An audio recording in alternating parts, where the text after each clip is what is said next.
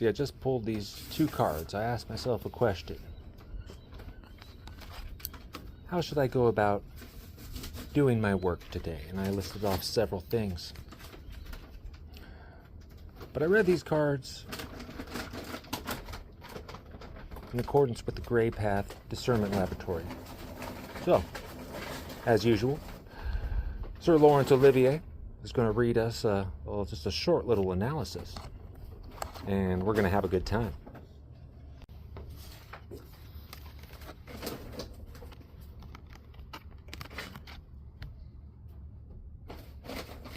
Gray Path analysis. There is something curious about these 2 cards. Not because they tell me what to do, but because they ask me to notice what is already present. Both figures stand with one foot on solid ground and one in the water. That isn't my interpretation. That's simply what is there. Only afterward do I ask what that pattern might be inviting me to explore. Today, my focus wasn't enlightenment.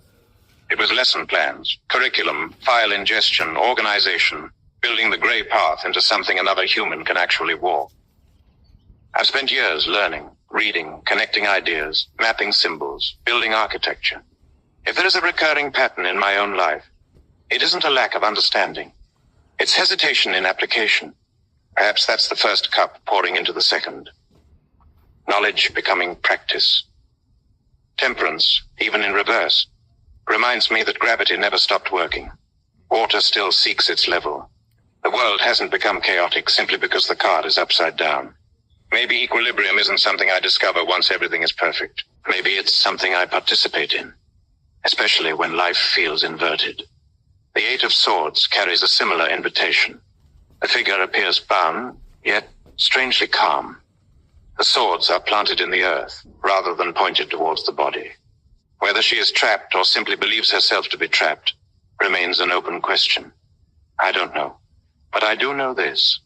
I have a tendency to believe I need one more insight before I begin. One more framework, one more refinement, one more revision. Maybe the final prison isn't ignorance. Maybe it's endless preparation. So today's experiment is remarkably simple. Build one thing, not 10. One lesson, one curriculum page, one organizational improvement, one artifact that someone else could use tomorrow. Then stop, go outside, watch the birds. Throw a frisbee, take a walk, read something unrelated, laugh, because the curriculum itself says something I've forgotten many times before. All work and no play makes Jack a dull boy. Perhaps play isn't a distraction from the work.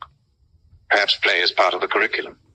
1 foot on land, 1 foot in water, one hand building structure, one hand remaining available to surprise. Tomorrow I'll come back and observe what happened.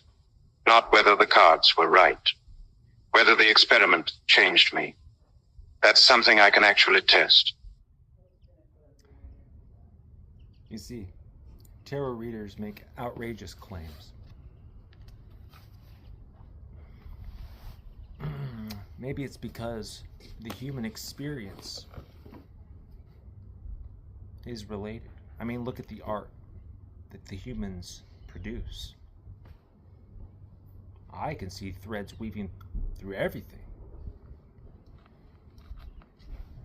The human experience as a whole, is it that much different than the individual?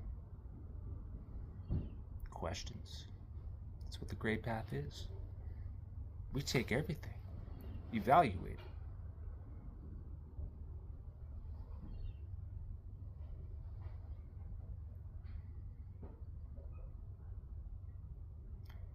We can hold science and mythology, spirituality, without collapsing one into the other.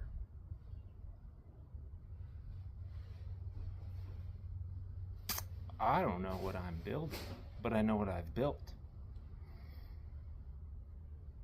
And it's brought me contentness. Contentness. Presently happening. Not past. Not future. Here and now. Yeah, it's funny, I just recorded a video and I said a word and I had to stop and think for a second. Is this a word or is this another Gray Path glossary term? I said contentness. Now, there's contentment, there's contentedness, but contentness never really caught on.